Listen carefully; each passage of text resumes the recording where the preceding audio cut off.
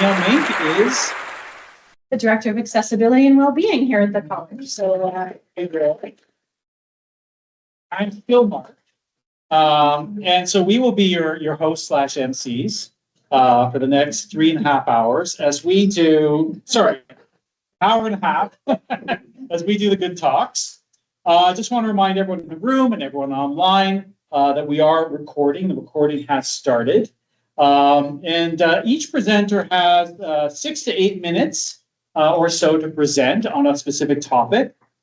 If you have questions about their topic, we ask that you write them down and hang on to them. At the end, we will pose questions to the group as a whole.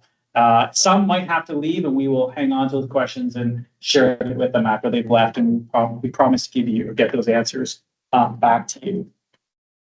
So we are going to start with our first GÜD Talk. And this individual, Dale Boyle, is online, so we will watch him on the screen, I guess, on the big screen. And his topic is using a UDL lens when conducting community research and creating resources. So Dale, you're up. Drum roll for Dale, and we'll bring you up on the screen. Oh my gosh, we need a minute. So Danielle. Dale is the Executive Director at the Gilbert Center and has conducted lots of, also, I believe, a graduate of Georgian College. I think. Yes. There we go. Yeah. So we're happy to have Dale and his experience here today. And Dale, did you want to introduce a little bit more about yourself? I know you've done lots of collaborative projects. I appreciate that. Thank you. Hey, folks. I believe you can see me because I think I see myself on the screen back there. My name is Dale Boyle, pronouns are he and him. I'm the Executive Director of the Gilbert Center as shared. I'm also a double graduate of Georgian College from 2 business programs, a advanced business diploma program, as well as the Bachelor of Business Administration and Management and Leadership degree. And then I held a part-time position at the college in the Research and Innovation Department, along with a few colleagues. Looking forward to sharing the presentation today as we look at our Manifesting as a Changemaker research project. I'm unsure whether or not you would like me to share my screen or whether or not that will be done by somebody in the room. Happy to go right into it. Easier for you, Dale, just then it'll show up for everyone. Not a problem at all. So just giving myself one moment here and I'll get everything set up. I am also one of the folks who are unable to stay for the entirety of the day, so I do have to leave at 2:30, but I'll be here as long as I can. I'll do my best to answer questions live, but understanding that you're being asked to hold your questions until the end, feel free to jot down my information, and we'll be happy to answer your questions afterwards. Can I just have a confirmation from someone in the room that you can see the screen as intended? Yes, again. Wonderful. Okay, thanks, folks. So 6 to 8 minutes is obviously a very brief period of time, and I will try and be concise, but also give you some clear information about how community and universal design impacted our project. I do want to pay a little bit of credit in acknowledging that I'm one of a big team of folks, or a multiple team of folks, who had conducted this work. You'll see folks including Cassandra, Christopher, Isabel, Sarah, and Tracy, who I worked alongside for a few years, along with some other people, but this was our core group of folks who worked alongside this project, who worked on this project. To ground ourselves in, we're not going to spend a ton of time talking about what the Growing a Region of Changemakers research project is, because I'm instead going to focus on the universal design, but I need to give you a little bit of grounding to what we are working on. So the need of the project originated out of a need for educators to help students grow and to better measure their students' development as social innovators and change makers, both in the classroom but also within the community. So the question that we posed to ourselves was, how might we work collaboratively to build educators' capacity through kindergarten to grade 12 and in post-secondary to measure and support student growth as social innovators to inform teaching and learning. So we really tried to make sure that we were engaging this project as a engaging community as much as possible as in a collaborative research. And so talking about how we engaged community to enhance universal design, I want to start by acknowledging that we had immediately created what we called our research circle. This was a group of essentially a research advisory committee that we would go to throughout the project as checks and balances to make sure that our project was representing the feedback of people with lived experience. This group was comprised of Georgian College staff, faculty, current students, alumni, community leaders, educators in our region, folks from other folks from other educational institutions. And there was a team of roughly about 15 or so people with a variety of differing skill sets so that we were able to go to and present our current state of what we were working at and receive some significant feedback, which I'll touch upon more in a moment. So we had a guiding group that grounded us throughout this research project that was used as an advisory.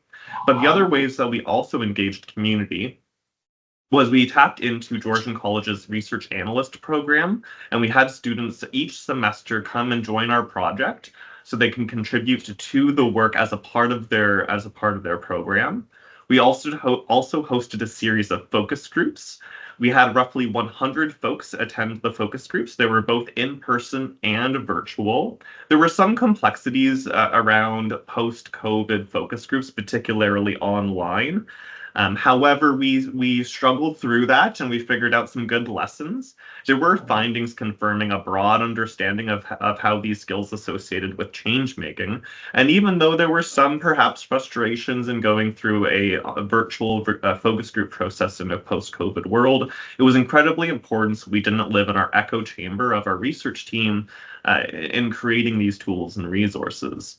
And so to give you an example of how community impacted and influenced our project model designs and tools, it was quite significant. We were starting our project building rubrics. I think something very similar to what most educators and teachers would conceptualize when we make a new tool for teachers around how to measure success.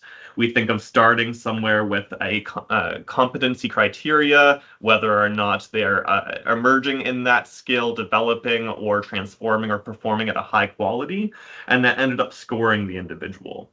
This was something that was very comfortable for all of us on the research team because this is what we were familiar with. However, our research circle had a very different idea about the direction our project should take. And so it's only as a result of the feedback that we acquired from our research advisory circle, which consisted of a full day engagement opportunity. We had lots of notes, lots of feedback, and essentially the research circle told us to go in a completely different direction, which was intimidating as a research team, especially as we had what we thought was a already conceptualized tool going back to the rubric. However, what our research circle told us is that it needed to be significantly more fluid in nature, allowing for a broader range of how folks could engage within our project. And so what ended up coming out of this consultation with community was a more nuanced tool that we're calling the manifesting as a changemaker model. And so what you'll see in this model is there's a few design decisions that we made to convey movement, fluidity, and an interrelationship between the skills. We're showing how thinking, feeling, and doing is cyclical and not following that more linear rubric style line of thinking that I think, are accustomed to or comfortable with. We also show how doing links to practicing change making and considering how practicing change making as the manifestation of a change maker right there in the center of this model. So you'll see how when you are doing empathy, teamwork, and leadership, you step into practicing change making within your community. So this tool represents a more fluid nature from what was originally proposed as a rubric concept, and that fluidity shifted as a result of the research advisory circle. Further, we also heard about how these tools need to be widely adapted for various classroom settings and learning styles. So we have created a press book, which I'll tell you more about in a moment. It's an open educational resource hosted on eCampus Ontario, and you can access that resource anytime you want, including immediately after this presentation. We've also created a paper doll or cutout model, so students or those who are more tactile learners can create the model themselves themselves based on a series of assets or tools that then they would cut out, tape, staple, or otherwise assemble together to be having an interactive component of making this model, and then engaged in debrief conversations there afterwards. We also have conversational cards that can be used as cue cards or conversation initiatives that initiating conversation within classrooms or teams. We also have a 3D printed puzzle or spinner, and so this model can exist physically in your hands. Another way that we really made sure that our tool is accessible as possible is making sure that the toolkit that I referenced a moment ago is publicly available. I'm just going to quickly open this up and give you a chance to look at it. Has my screen shifted to the slowly loading slowly loading web page? Yes. Yes, okay, fantastic. So this is a quick run through of the contents of the toolbook. So you'll see here there's the welcome of the overview, manifesting as a change maker model, guiding the frameworks, land acknowledgements, etc. But I'm going to spend a bit of time in the accountability statement.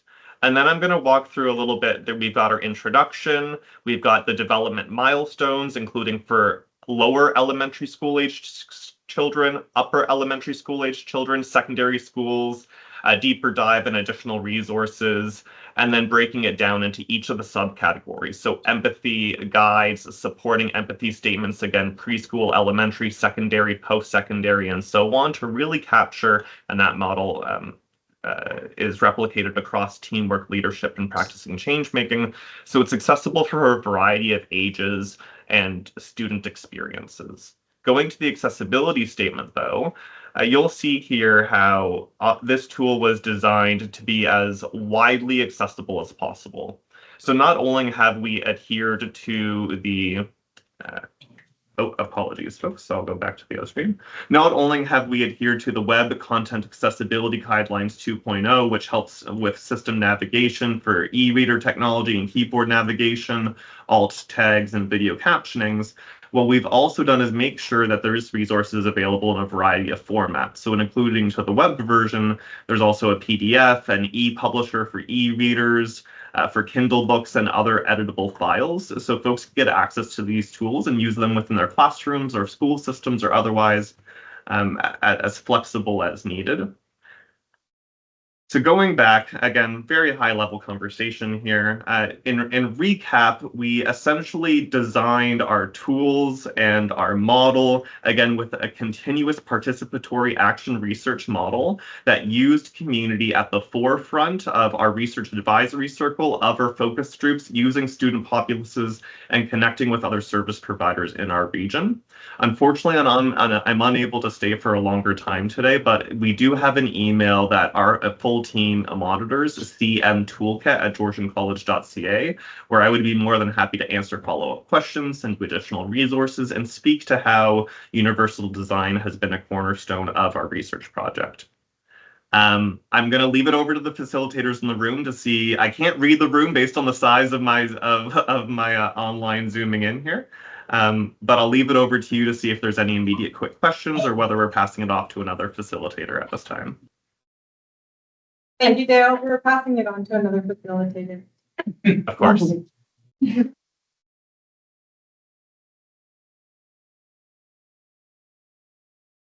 Thank you. And to keep things moving, we're just going to move into our next speaker. So I want to introduce Enda Soostar. Let's say that correctly. You did. Thank you. Okay. Enda is a professor in business and management, and she is going to be talking to us about addressing a lack of student participation, engagement, and attendance. Thank you very much. Just a minute. Up there. This is not going to be as fancy. This is about storytelling. Awesome. So thank you very much. My name is Enda Soostar, and thank you for the opportunity to connect and to share our experiences, because in my opinion, that's what learning is about.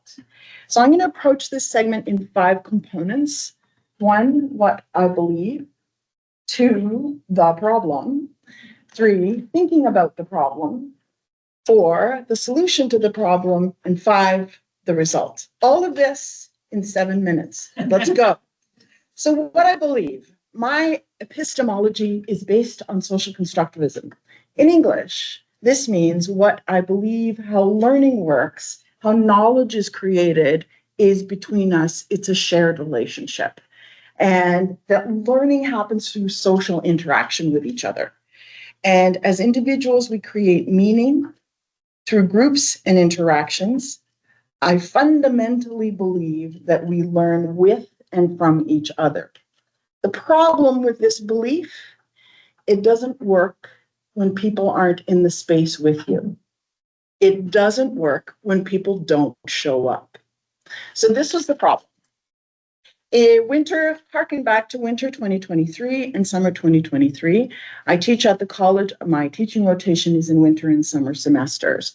And the examples that I'm going to be using are specific to the postgraduate program that I teach in. Bottom line, people were not showing up to the classes that I was teaching. And my first clue, like I'm never going to forget this on that cold day in January, I'm in the classroom, it's 8 a.m., I'm ready to go, rocking and rolling. And I'm like, am I in the wrong room? Like, where is everybody? And so it was 8 a.m. and, you know, a few people trickled in. And unfortunately, it set the stage for the rest of the next 2 semesters. It wasn't good. I really struggled with the lack of an engagement and the lack then of shared learning opportunities in the classroom. And so maybe it was post-pandemic recovery. The thing is that it was 2 different semesters, 2 different cohorts, same things happening. The participation in classes was terrible. Attendance was terrible. Not that we take attendance. These are adult learners, but it's kind of obvious out of a class of 45, when 3 people would show up. 5 was a good day. However, more people would show up if there was something going on in the classroom that was related to grades. If there was a quiz or an assignment or something that was linked to grades, which reminded me that this is a transactional exchange, that teaching and learning, we use the currency for student progress is grades. And it doesn't matter sort of what I believe, what I had to recognize and acknowledge that the exchange that has this currency, that has value, the value is grades. Count on grades. That's what counts. Thinking about solutions. So how do I use the currency of grades to navigate and change the shape of this exchange? What is it that I can do differently? So when approaching this past winter, 2024 and summer semesters, I'm like, I'm not doing that again. So what do I need to do differently? What can I change about my approach so that we can reshape this and still rely on what I believe in? And I also look to the college, relying on the fact that the college has a strategic goal that says we believe in experiential learning. Okay? I have Kolb's Learning Circle here. We'll talk about that later. But this speaks to the opportunity. Experiential learning speaks to reflection and thinking about learning. What is it that I learned? How did I learn? What happened? So, and again, this speaks to me as a value for social constructivism. It's shared. The experience is shared.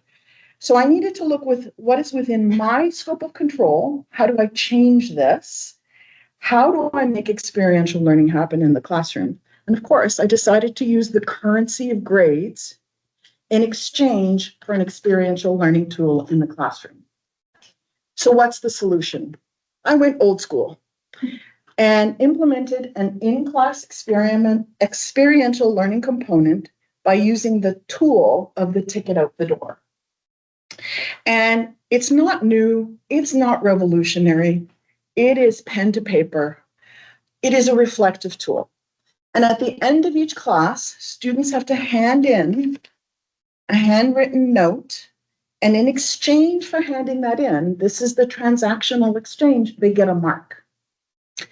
And there are prompts on the ticket, and they're linked to what we've discussed in class, but they're simple prompts.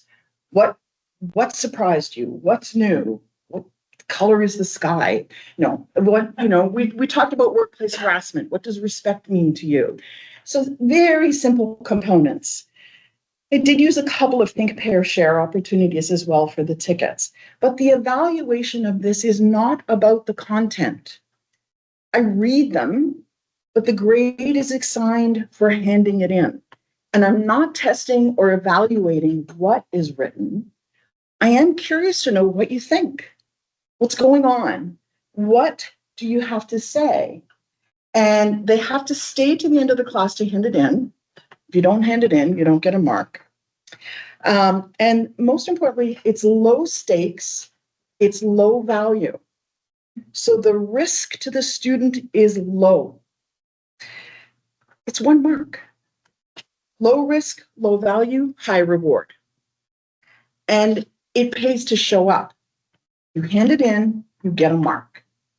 And overall, the overall component of the grading schema was about 10%. I read them all. I'm not testing for knowledge, but it is a way for me to see, okay, is what we're discussing in classes, are there any links that are being made? And it also helps me read and assess what the literacy levels are like. So I get a sense from what is handwritten, what language are we using, how are we using language, which makes it easier to assess when there are written assignments. Was there perhaps AI interference? Was there perhaps plagiarism? If I get a sense of understanding what the language is used in the moment. Most importantly, it helps humanize students who sometimes remain anonymous. I can connect names with students. Who are you? And maybe I have a better sense about what you're thinking. And this starts creating that shared relationship. We become more connected through this exchange. And for the students, if this is easy, well, then maybe the next part won't be so challenging and it won't be so hard. And maybe being present with learning actually helps me on my journey. The increased reward is on building trust and confidence with each other. We're in a trust relationship. And so we need this in order to be in a learning relationship. Absolutely, it can be it's a lot of work. I have to definitely schedule my time before and after class, make sure that I'm keeping track of all of this. But the value for me comes with the increase in the reciprocal exchange and the development of learning and trust. And lo and behold, number 5, it works. What were the results? So this past winter and summer, semester 2024, just finishing now, consistently have about 95, 97% participation in class. In a class of 45, I typically have 43 people show up, 35, about 33. It improves in-class discussion. I can refer to, so, some of you mentioned this in your tickets out the door, engagement, discussion. Let's talk about this. And maybe this was just a lucky couple of cohorts this past 2 semesters. But the feedback, the testimonials for students are, I love to get out the door. Yay. Ultimately, it provides a human connection.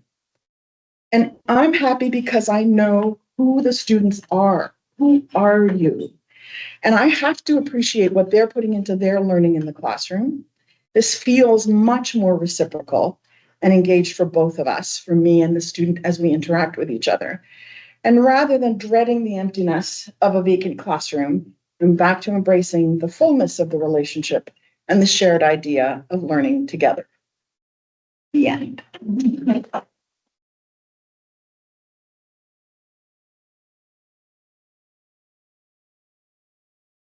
Thank you so much, Enda. So 2 great presentations in the books. And just a reminder, if you have questions for Dale, he's around, you can post them and we'll get them back to them. Some of our presenters are sticking around. We will have an opportunity at the end to do some questions. Our third GÜD Talk presenter is a former CTL superstar, Faith Visentin, who is now a coordinator in liberal arts. And she'll be doing a talk on shaking up text-based discussion boards as learning activities for asynchronous courses. So you're up. Realize I thought we were in a panel, so a little more formal, and I had in slides. Everyone's killing it. I have makeshift notes that it's more of a chat, I guess. So yeah, as Mark was saying, when I was asked to kind of provide maybe a bit of a perspective of UDL and how I'm using it in the classroom, I was just chatting with Grant about this about an hour or so ago. What's been recently on my mind, or my new goal, was asynchronous courses. How do we increase engagement? We know that that's a pretty big struggle when folks are learning online. Demand's high for this kind of learning. And how do we really make sure that students are engaged and benefiting and enjoying your class? Like, how do I even know what's going on with them? And so this summer I was tasked with developing an asynchronous course for this fall. So it's been on my mind a lot. And I was a student in a CTL course design base camp, which was amazing. Can't say enough great things about the ID team. And yeah, I, really rejigged and thought about, okay, so during the pandemic, we had to teach online. And I thought about what worked during that period. And I was at that time was teaching in the SSW program. And I was sort of forced to put learning activities into online in an online way of doing so. And I went back to that time and what worked and what didn't. And what ended up coming to mind was that I had like a potpourri of different ways of students to engage and to participate together despite being online. And even though we were synchronous, folks were invited to do so asynchronously. So I wanted to recapture that and bring about this idea of potpourri, but also like being intentional with that as far as like UDL principles. And so what I came up with, and what I was trying to also avoid, I should mention, is in my learning experience, when I've done a lot of asynchronous courses, it's usually just discussion board mania, right? Every week it's like, read this, here's your prompt, do this, and then respond to 3 people, and then like you get that check mark, right? And maybe this works for some learners. And I didn't want to discredit that, but I think I wanted to do a little bit something new with that. And so what I came up with, and we'll see how it goes, because I was saying I'm taking some risks, I think, this semester, but like a whole new variety of different ways we can use the discussion board as like a canvas for a variety of different ways of learning activities. So it's familiar. It's not something I'm not sending them to different websites, to different tools. We're going to stay within Blackboard, but like, let's do it in new fun ways and hopefully appeal to different learning preferences and styles and things like that. And maybe even show people, hey, I am good at using Canva. I thought that was intimidating, right? And now I can use that. And it was really fun for me to not have to write for an hour, for this. So a few examples, in case you're like wondering what I came up with. One is a podcast. So the theme is auditory for input. So we're going to listen to a podcast and then encourage folks to respond to the prompt with an audio recording. And of course, there's options here. Folks aren't limited to that, but that's sort of the theme. And like maybe that week I use audio as my way of like communicating with students and just kind of use that theme. The next is like a gallery wall. So using that discussion board as a way to post not text, but images. So maybe we are using an infographic this week that we developed on Canva. Maybe we're making a collage. Maybe we're even using AI, and that's totally cool for this week. And I want to see what wonky things it comes up with. But then we discussed what happens with that gallery. Maybe by Wednesday, you're to comment on someone else's post. I even include there's some really great resources of like, not familiar with Canva, here's how you can use it. Not familiar with how to show concepts, because some folks just aren't visual, and that's okay too. But maybe I'll help them with that. So it's like not this weird, strange thing, because all I've ever been asked is to produce text, right? Then there's opportunity for some more private and personal sharing. We know that not everyone's really going to connect and respond with deep reflections if the whole class is reading that and has the opportunity to do that. So I'm going to open up the journal option in this case, maybe leave the discussion board, but it's going to be personal between you and I, and no students will access that post, right? It'll just be between us. So, and that would be probably, because this is a family social course, it's going to be related to maybe more personal experiences, which can be a great way for folks to generalize and connect with the content. We even do a genogram. So again, with that spirit of family social, I give them the Luke Skywalker breakdown of family, and they need to go and make a genogram with that. So how is Luke connected to, so-and-so? And again, you're not being asked to talk about your family tree necessarily. That may not be necessary, but let's have some fun with it. Maybe incorporate different families from different things in media, things like that. The one that we were chatting about, Grant and I and Brian, which Brian, I think, is betting it's going to crash and burn, but we'll see, is an online, is a debate. Like, let's try to do a debate on a discussion board. So here we're going to use functions like post first, so we don't see what other folks, we're going to pick a side. I don't have control, you pick. And then maybe by Wednesday, we'll open up and see, okay, so we're on opposing sides. I'll respond to yours with a counter and vice versa. It's going to be a little wild and with 50 students in a class, but it might just be a new way to demonstrate learning. That's all, right? It's not, we're doing low stakes, like Enda was saying, low stakes, high reward. If I can get you to kind of think about things differently and stay motivated to continue to contribute throughout the semester, I'll take it. Are we okay? Thank you very much. But yeah, this idea of small but mighty, we're scattering the learning or the activities throughout the semester. I prefer for marking something like that as opposed to big giant pieces. It's more checking and just making sure that we know where students are at, getting to know the learners as well, like very similar to what Enda was saying. In the end too, I'm using 10 out of 12 of the activities. So there is a bit of flexibility. If a crisis comes up, if they've got a bunch of stuff due on the same week, we can skip week 8 and it'll be okay. That 0 is going to get dropped, right? So just a little bit of flexibility. Yeah, and so I don't know how it's going to go. So I don't have a, I don't know. There might be like some ones that it just doesn't go. We know that with teaching, and there could be ones where it goes really smooth and it's great.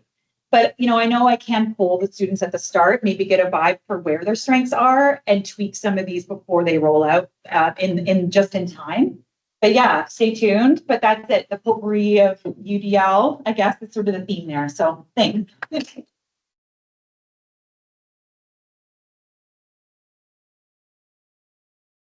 Faith, some good insight. I just want to say Faith actually came before CTL from accessibility service. Sure. And was still a rock star. Speaking of rock stars, our next good talker is Joanne Campagna, who is going to talk about Revamping for Success, a course that has a lot of content, definitions, and some knowledge and assumed. Over to you, Joanne. Thank you. I don't know if these stickies are gonna work. They're pretty old. Just before we get started for presenters, I've had a request in the chat to share contact information. So I did send an email to you permission to share your email with those. I would move to show. Maybe. Yeah, kind of. As long as you fit into it for the hour. Okay. Stand in front of it. So I will eventually. Hi, everybody. I'm Joanne. Thanks for having me. So I want to talk about a little bit about Universal Design Learning. And I'm such a fiddler with the new PowerPoint. So I was very excited that this chicken turned into an egg. But so that was my new thing. I'm an early adopter of things. But I really think when I was asked to do this, I was like, did I design that in UDL? Like, I kind of wonder what comes first, the chicken or the egg. So I wanted to talk to you. Oh, now it's going to make me do it over and over again. Go down. There. So I kind of started thinking about, well, why do we design the way we do? Why did I set up my course this way? So I first wanted to start with, I think about every classroom in a certain way. So in this room, it's kind of how we behave and how we model our career in HR and what we expect of students and of ourselves, and that this is a learning community. And like Enda was saying, like that interaction between us as humans is so important to me and to the students in the class. So we treat each other with respect. You come as your true self.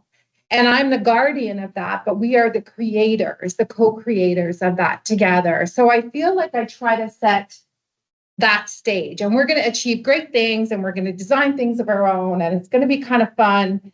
And I also say I'm a little bit crazy, and I'm going to scare you a little bit, because sometimes I'm going to give you choice, and you're going to be like, isn't there a right answer? And I'm going to come in with bristleboard and markers and a trickle trunk, and people are going to go. Right? I guarantee you it's going to be fun. And we're going to tell some stories, right? So it kind of throws people a little off edge. And I also try to get to know my students a little bit, and those logical thinkers that need the data. I have lots of stuff on Blackboard ahead of time for them with research and statistics and numbers, so they feel safe in that space. And I also kind of rely on this little proverb. So my dad, we immigrated from England. My dad taught everybody soccer everywhere we ever went. And he made me come out with him with a bunch of little kids to learn how to play soccer. And I have no hand-eye coordination whatsoever, or hand-foot or whatever it is. I don't know. I'm not good at it. But the first thing he did was he made the kids line up, and the kids on this side had to fall down, and the kids on this side had to go over and help the other kids up. And so I talk about that in our classroom. We are a community. So our job isn't to watch you fall down. Our job is to help each other up. And as a community, we get that. So in that space, I was tasked with teaching the first 6 weeks of employee labor relations. And so I teach training and development, and I teach organizational behavior, and I get really excited about all those topics. And then I'm like, Canada's labor code. Okay, so how are we going to cover that? So there's a lot of data and a lot of definitions and a lot of words that sound the same, but they're not. And I'm assuming that you know all the provinces and you know who the minister is and how our government works. And some of our students don't know this. They have a great and incredible knowledge that they bring to the room. But it may not, like I said, the TTC is going on strike. And they're like, TTC, right? Like, I don't know if they've been to Toronto and taken a subway or anything like that. Just, you can't, the context makes a big difference. And this is graduate certificate level learning. So definitions, declarative facts isn't going to cut it, right? Like they need a little bit more than that. So in 6 weeks, I'm going to try to all that information and then prep them for arbitration and different things that they have to look at.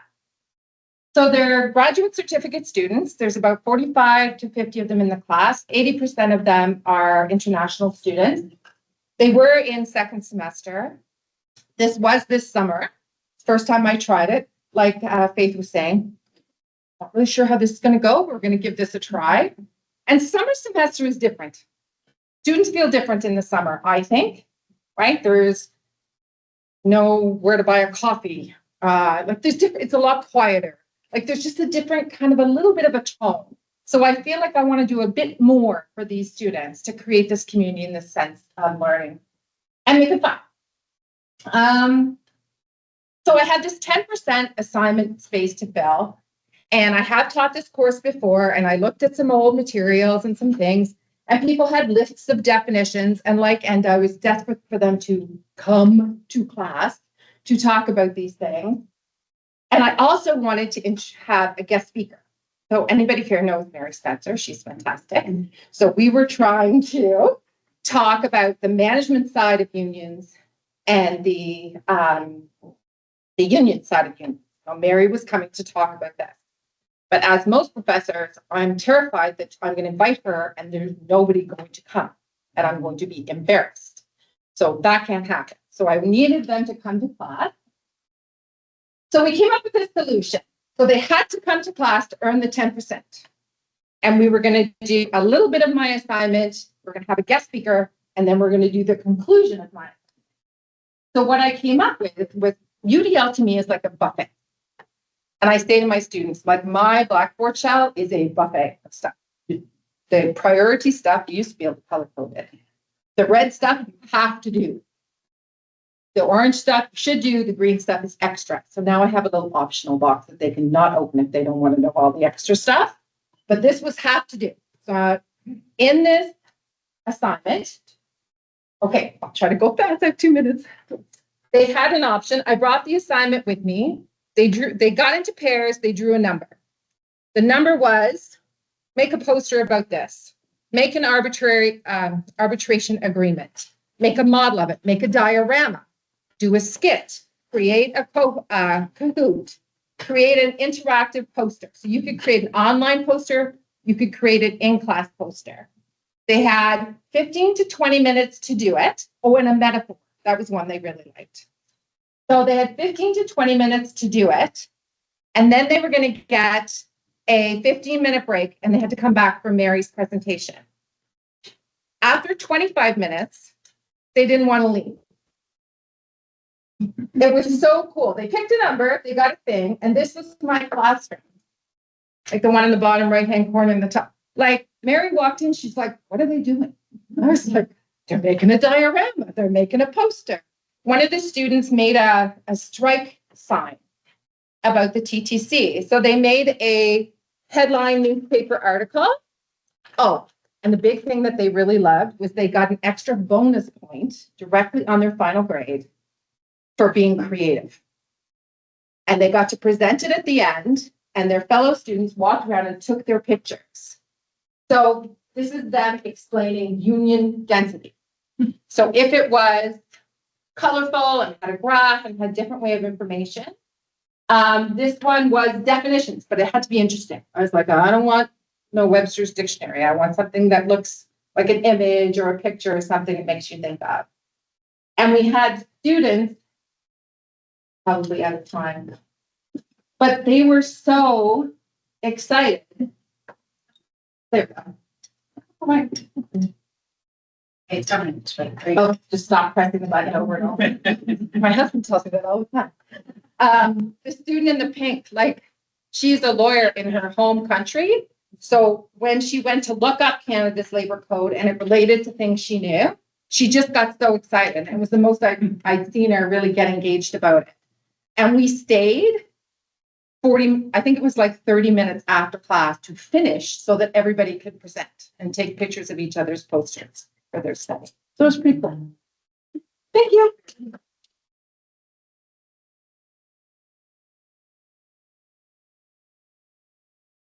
Thank you so much. I have a lot of my assignment. These are so great, so inspiring with the semester just a few days away. These are, I'm hoping these are getting everyone excited about what's coming. So our next speaker is Grant Vander Burg, and I'm going to put emphasis on some of the words in your title here. Engaging students who are not in the front row and not participating with discussions and in-class activities. And I feel like you have solutions. I hope so. Take it away, Grant. Thank you. The last bit is a thing. Yeah. It's like, I'm like ready just to hear.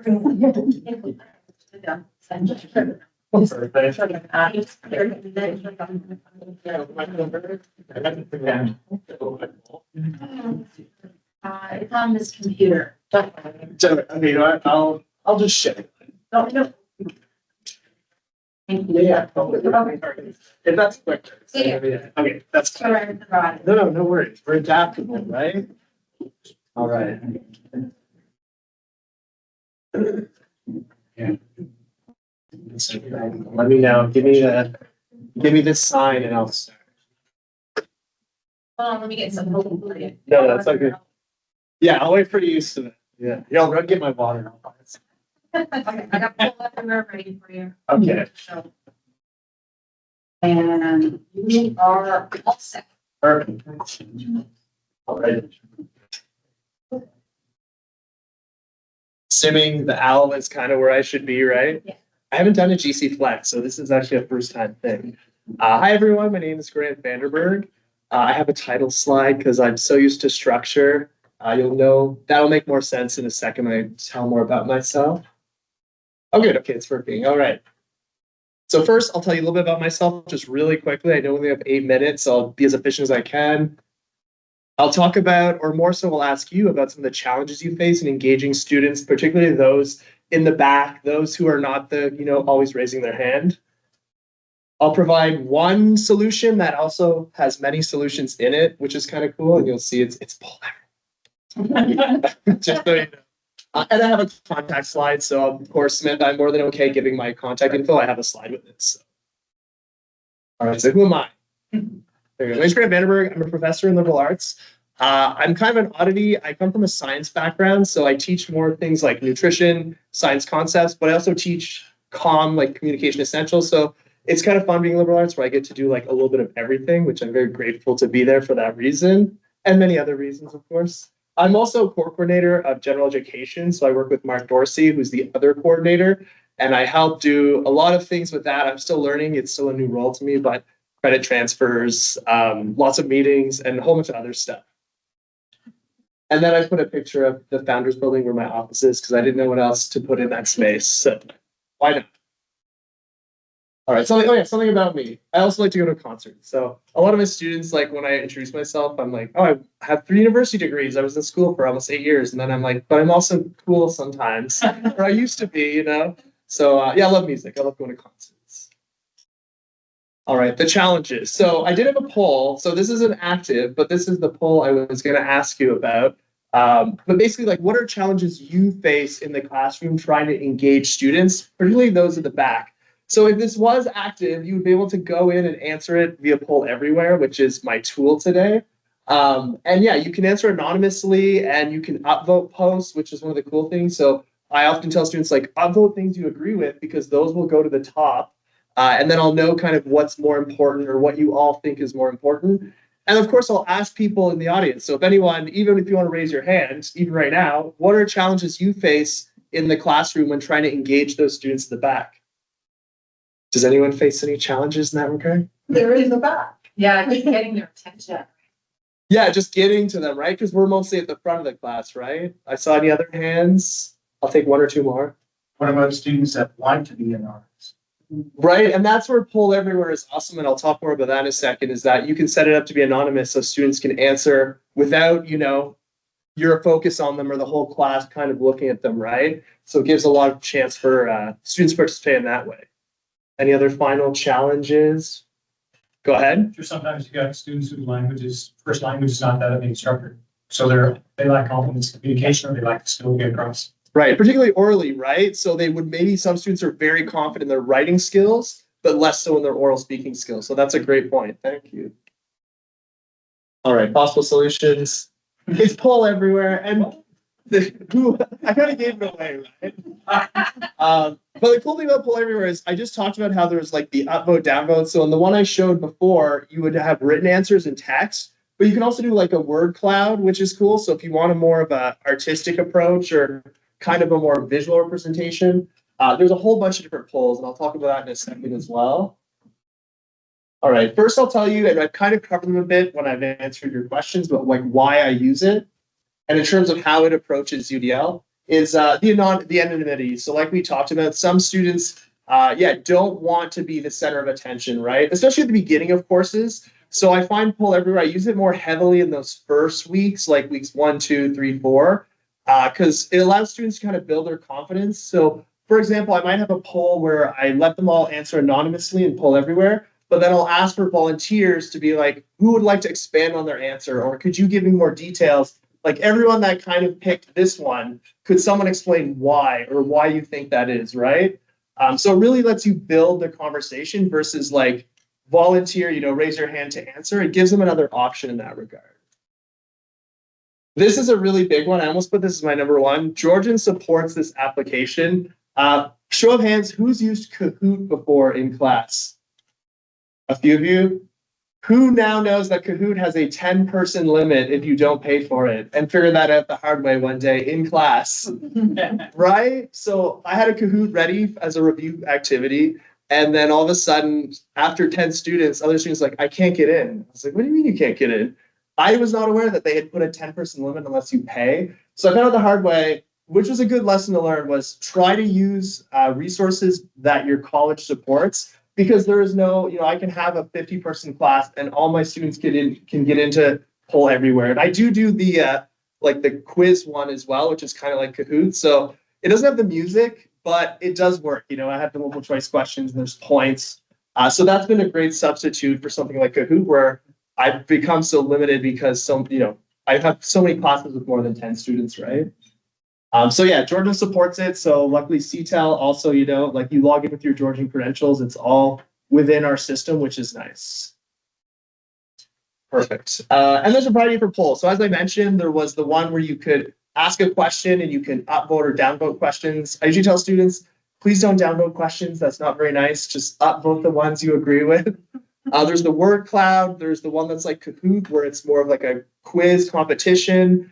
What other ones have I done? There's an ordering one where you can rank things. So if there's something where you want students to like, put in rank order. I do one where it's, what are your preferred methods of communication? So phone call, in person, video chatting, or text messaging, and I get all the students to rank them. And then it'll show on the front the highest ranked one. So I ask the students, well, why did most of the class you think rank in-person communication the highest? And we can build off of that as a discussion question. So the variety is nice too. I think there's 23 total different polls. Some of them are more similar than others, but you have a lot of tools within this one tool, which is really helpful. So these different reasons kind of help me reach different students in different ways. And yeah, help make my job easier in terms of making up activities, because I often go to Poll Everywhere first to try and see, can I use it in some way? And that was that. If you have any questions, let me know. I do have my contact info there. And then Samantha, if you want to send it to people or however you want to do it after, that's okay as well. Cool. That's me.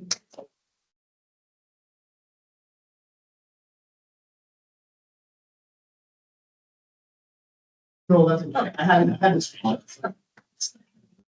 Thank you, Grant. Moving on to our next set of speakers. We have Major Kyle Vetter and Major John Wyville from the Canadian Armed Forces in their Training Development Branch, here to talk to us about taking a glance into UDL and the Canadian Armed Forces training. So please welcome.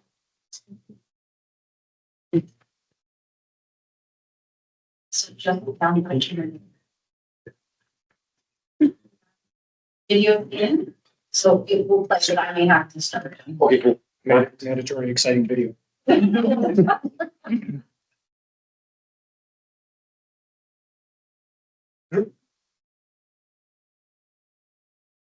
Super. Merci. Hi, I'm John. Kyle. And that's the intro slide. We're going to talk about CAF and UDL. We are, as the CAF, we don't use the language around UDL intensively, but I think everybody in the room who's been in the CAF recognizes we do a lot of things well, and we got a lot of things we got to work on. So we're going to talk about some of the things we think we're doing all right. Okay, next slide. If I hit the down button. Yeah. Boom. Okay.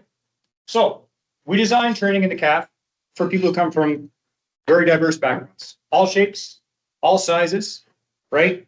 We got the Simone Biles, right? We got the John Cenas, we got the Mr. Beans, got all types, right? And we're training them to perform jobs that they might perform in a sanitized environment. They might perform alongside a forest fire, and they might perform under enemy fire. Right, so let's take some examples. We train medics, right, like paramedics, except these people do it in the field. Those medics, they need the skills to save a life. They also need the skills to comfort somebody, to diagnose something in short order. And sometimes they have to do that under really challenging conditions. There's a whole bunch of learning that has to happen there.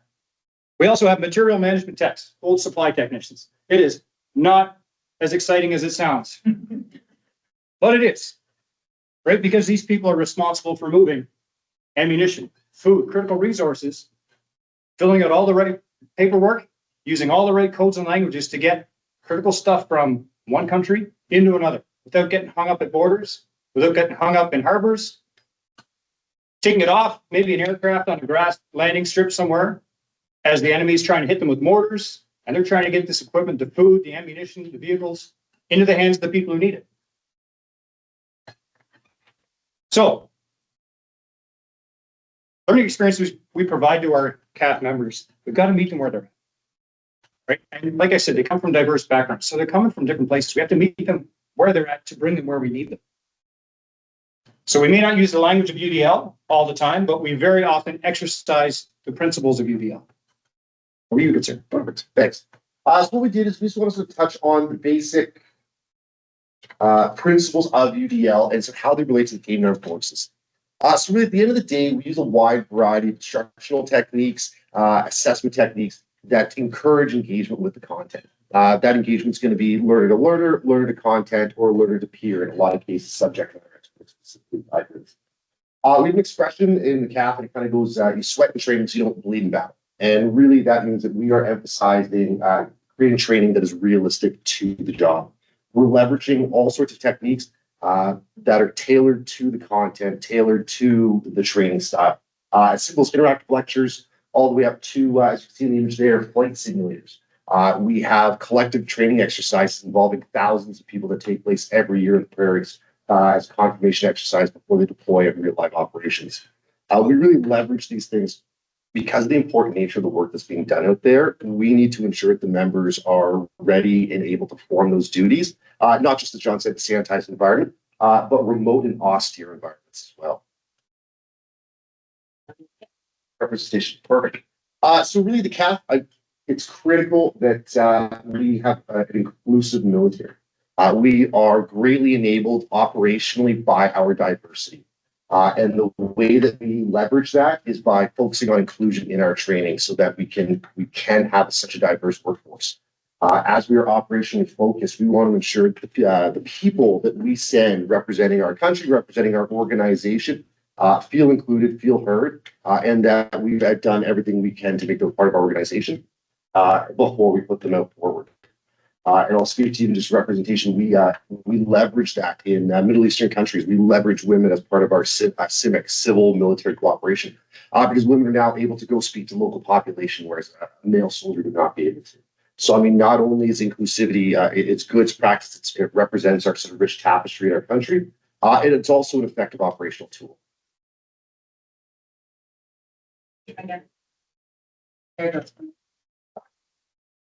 And then ultimately last, action expression.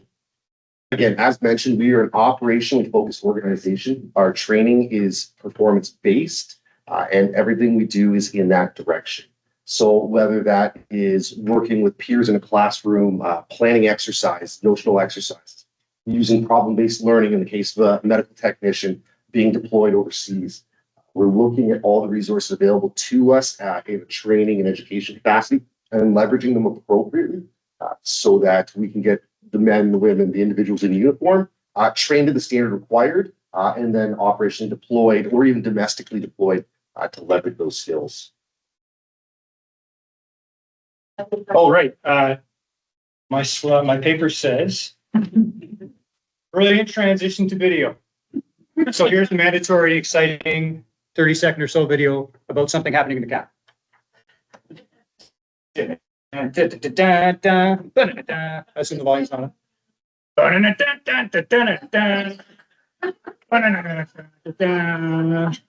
Guitar solo from. Oh.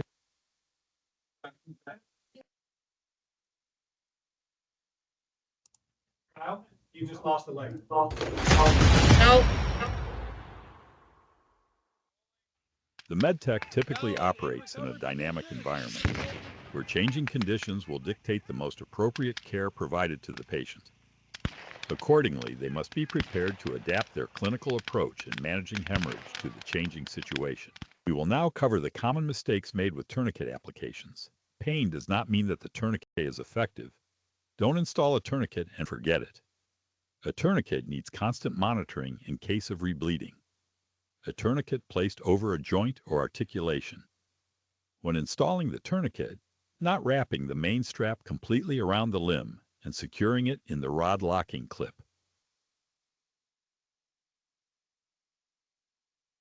If the tourniquet was installed in care under fire or threat, assess its effectiveness.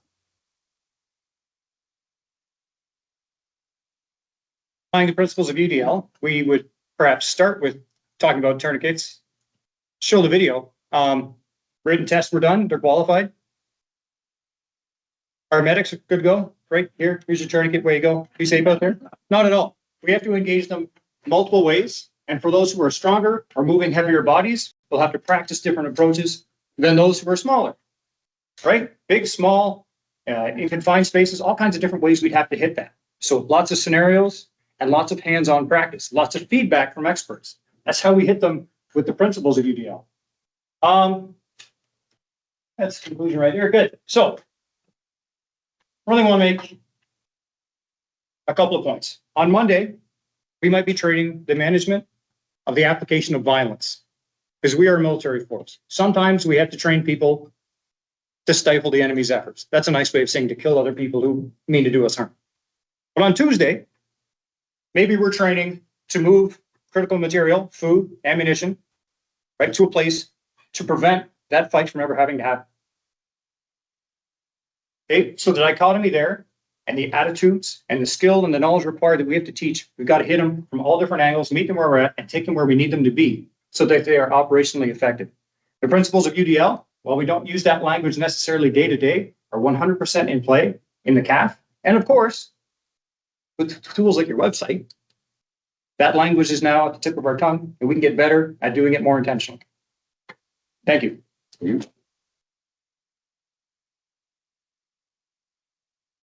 Give you the time.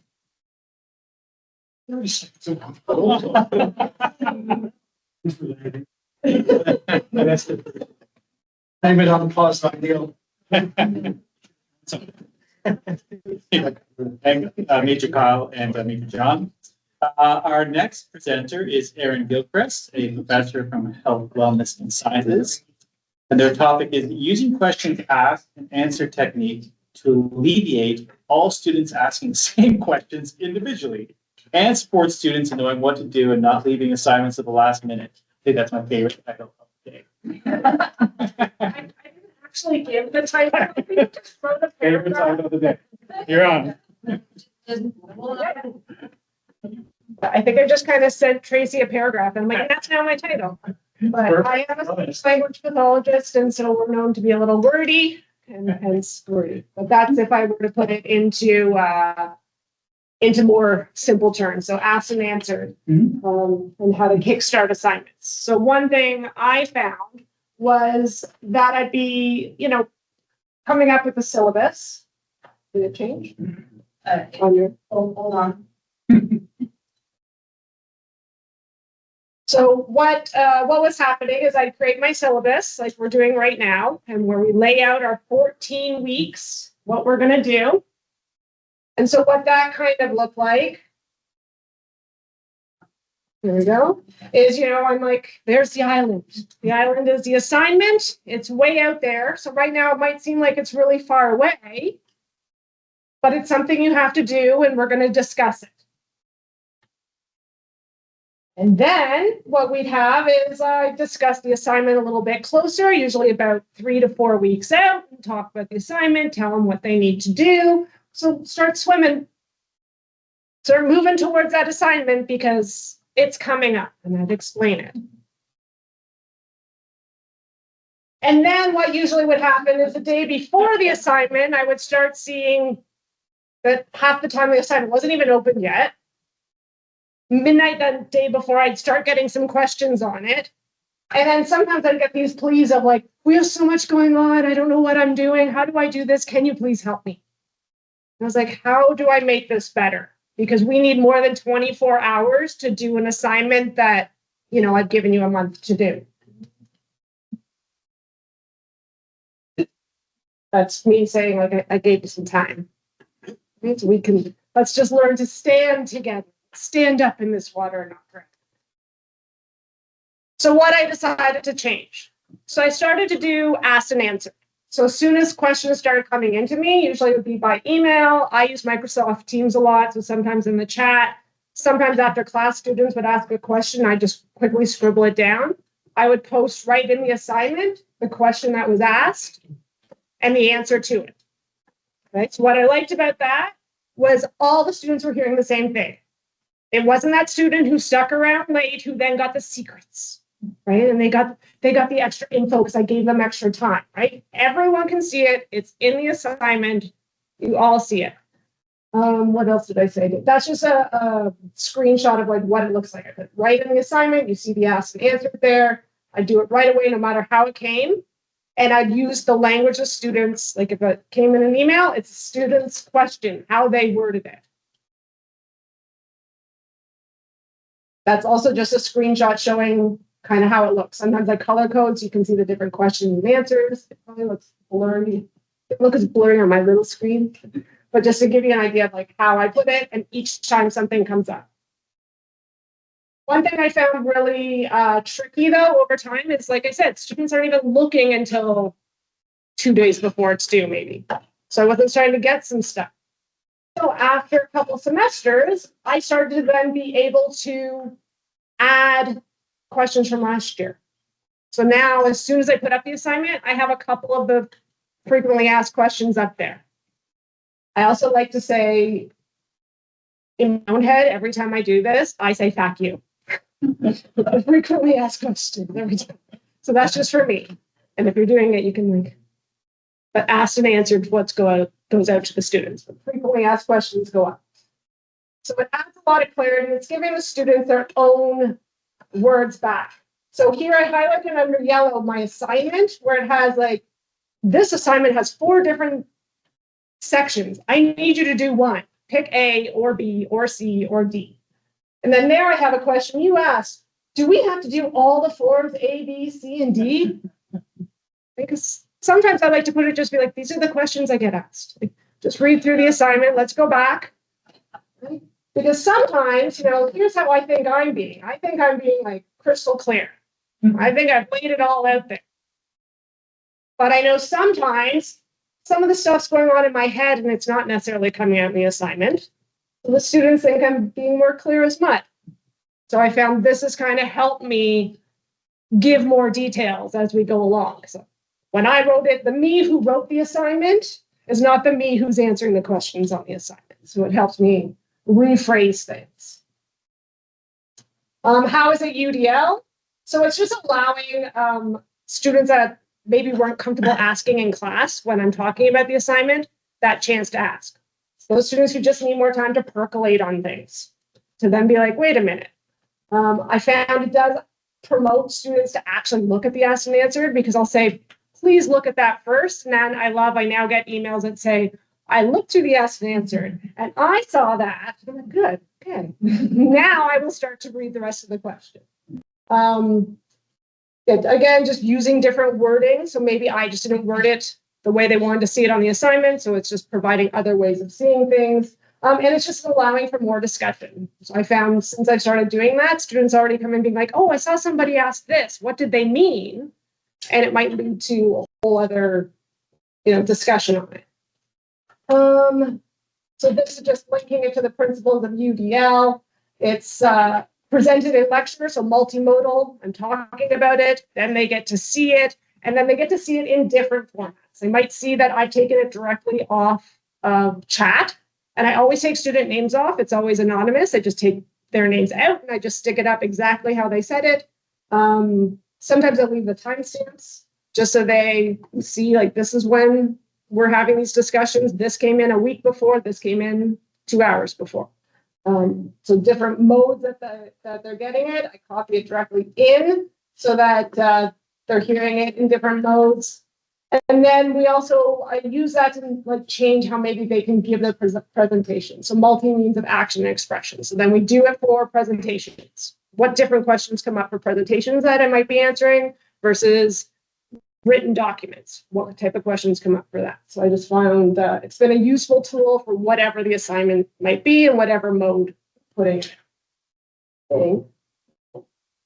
Yeah, if time, I have lots of other ideas. But there isn't time. But if anyone wants to talk about collaboration, then they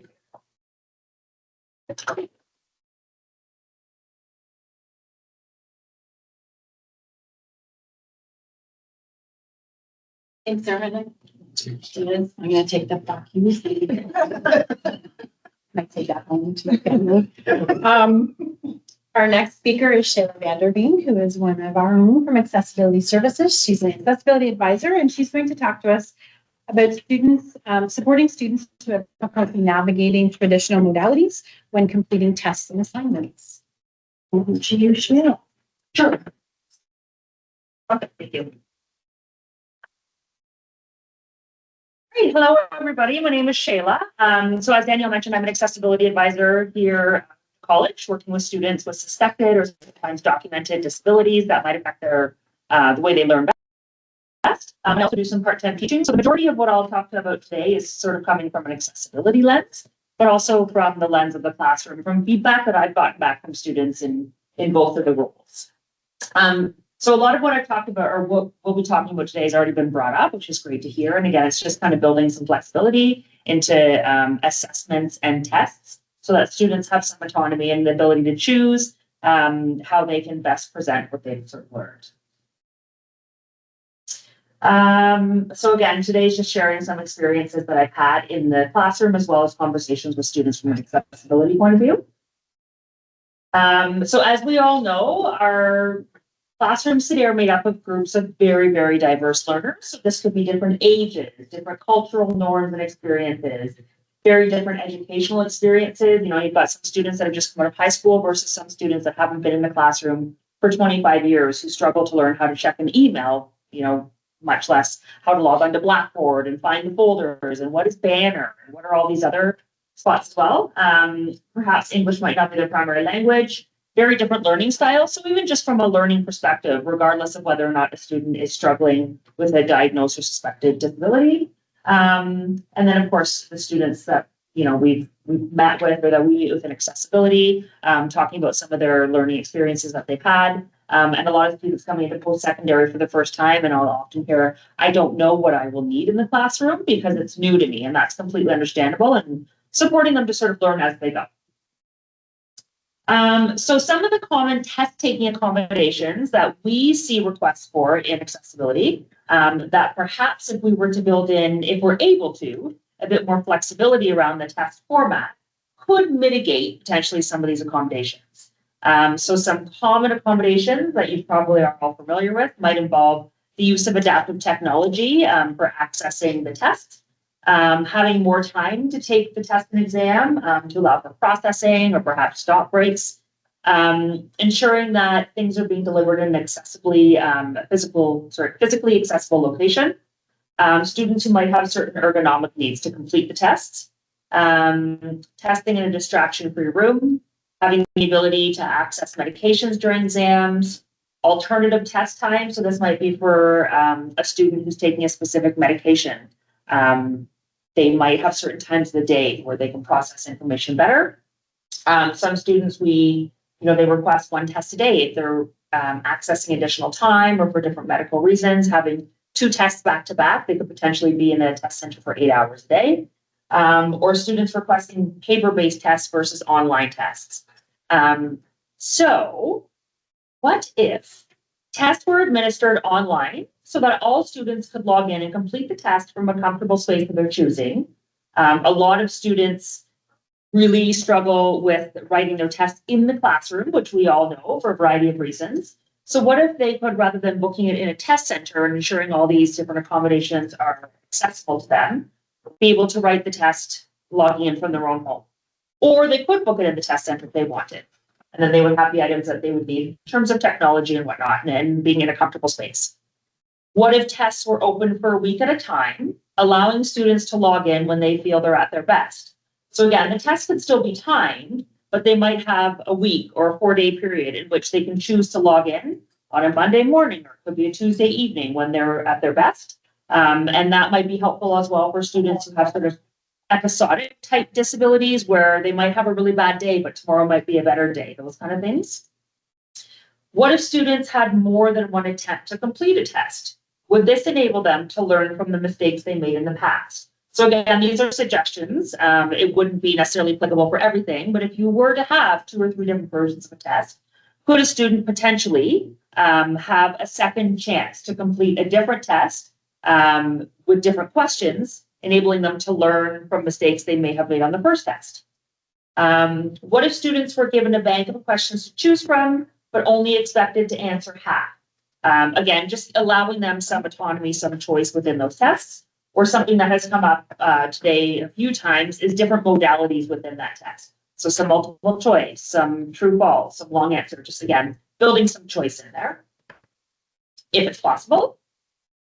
And then in terms of assessment accommodations, same idea. And it's, again, came up today from a few students talking about the ability to present their assessments in different formats.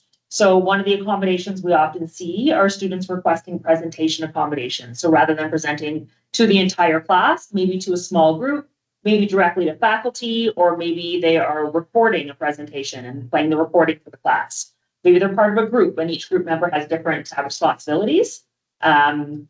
Another assessment accommodation, again, it could be an alternative format to group work. So some students love group work, some students despise it. And again, depending on the learning outcomes, the different accommodations may or may not be possible, but if they were, what if students were given the opportunity to choose from multiple different assessment formats, enabling them to create and demonstrate, sorry, there's a typo there, they're learning in a way that best suits them. So here is the rubric. This is what you have to show me that you've learned, based on the learning outcomes, but you can choose to write a paper. You can do an assignment with a presentation. You can work on your own or with other students. Again, just trying to build some of that choice in whenever possible. And again, writing a paper or just allowing them within the confines of what they need to demonstrate they've learned, a little bit of choice. And I believe that's it. My last slide, just a little takeaway is that small changes can have really, really big impacts. So I would just encourage you to reflect upon tests and assignments that you've assigned in your classrooms.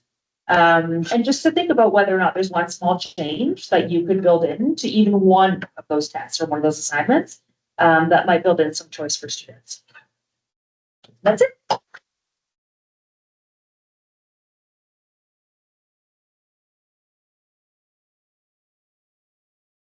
Thank you so much.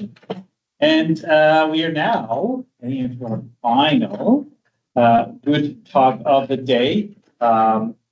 Once again, just a reminder, if you have questions for our presenters, we'll have a chance after our final talk to post some of those questions, and presenter is not available, we will hang on to them, pass that question along. But our next and final presenter is Karina Mejia. And her topic, she's an instructional design technologist in the Center for Teaching and Learning, and she's sitting here, and she's also a timekeeper. So now it's our turn. Her 2 minutes are up. And her topic today is exploring ScreenPal as an engagement option to support a UDL lens and designing activities for students. You have 8 minutes.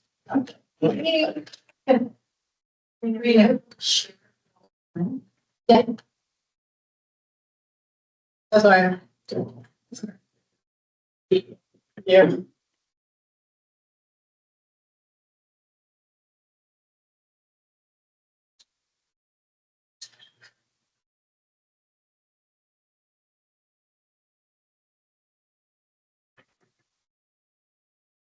Okay, I put my own timer.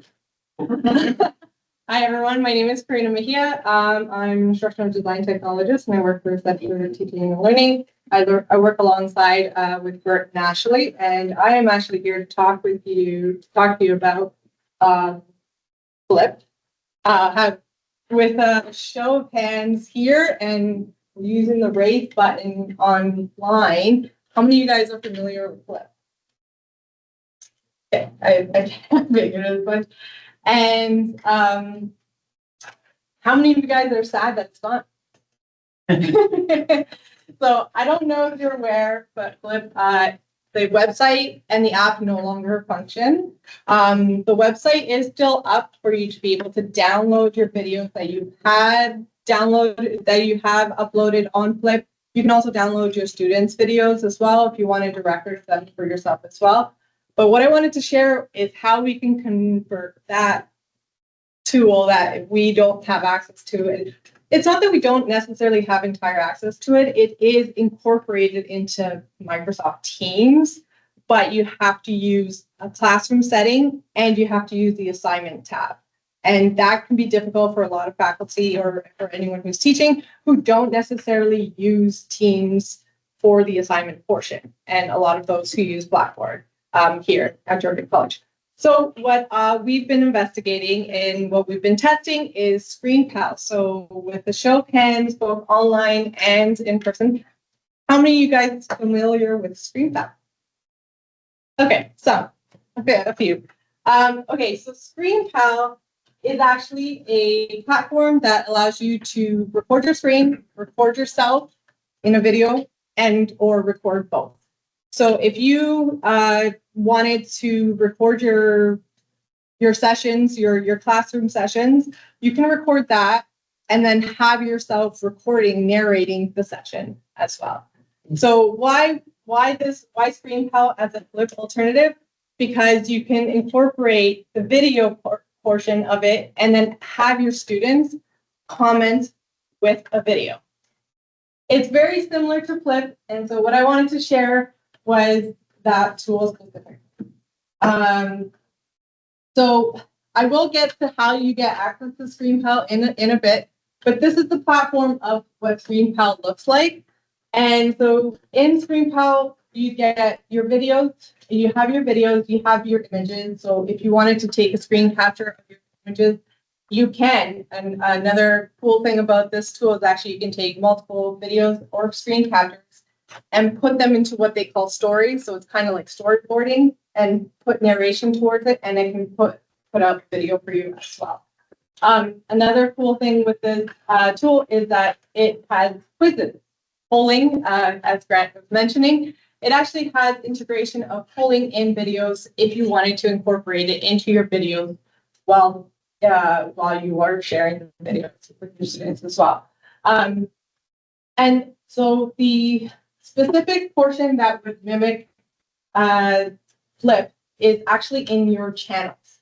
So in your channels, what this allows you to do, it allows you to create a channel where your students can upload videos as a response. Your students don't need to have a ScreenPal account to upload a video. They just need to have the app themselves. So what it will do is when you get the link for the channel, because what it'll prompt you is when you create a channel, and if I created a channel here, and I call this UDL,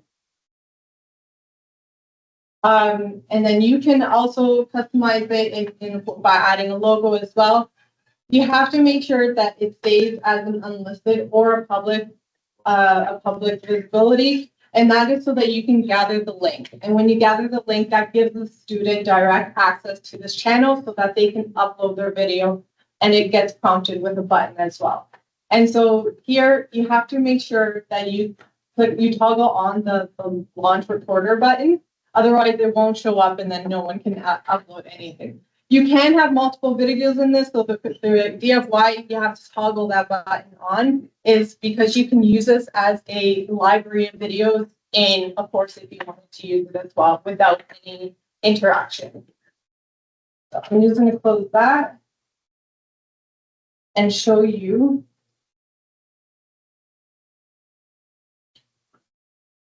This is what a channel looks like. And these are videos from myself and my other colleagues who were uploading videos from different links. And to gather that, it would actually look like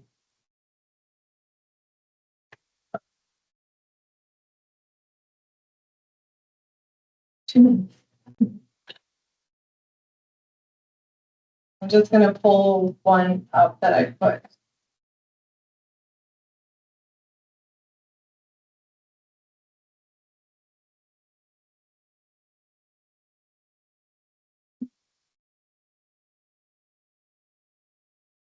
Sorry about that.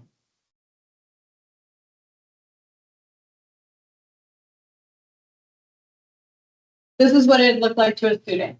If they click the link, you copied the link, you paste it on Blackboard, they click it, this is how it would display for the student. And this is why I say that the toggle button needs to be on for this ad recording. And the student will click the button, add recording, and it'll be prompted. If it doesn't have ScreenPal, they'll be prompted to download the application. And they just need to download the application. They don't need to create an account to upload a video. If you would like them to interact with it with comments through a text comment or through a video comment, they would then need to create a ScreenPal account.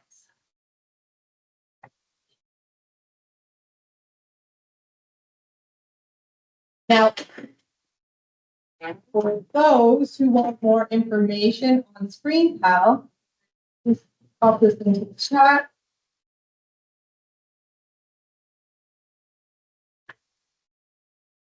That's, this is a bit of how to get started with ScreenPal, but as a Georgian College faculty, you guys do get access to the pro account. The pro account does give you unlimited recording. The free account only gives you up to 15 minutes of recording, which is more than sufficient time for a student to need to record something and short assignment for most parts. And but again, if you wanted the interactivity with comments and things like that, they would need to create an account. But in terms of at least just uploading a video, they don't need to record. They don't need to have an account. They just need to have the application on the computer. And so yes, this is ScreenPal. I've grown to love the tool a lot, actually. So if you want any more suggestions on how to use this tool, I can definitely help you out with that. You can reach me out directly, Karina Mejia at georgiacollege.ca, or you can reach us at the faculty edtech inboxes. Thank you.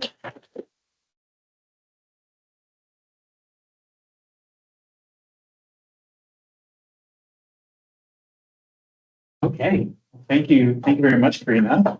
And one big one more round of applause for all of our presenters today.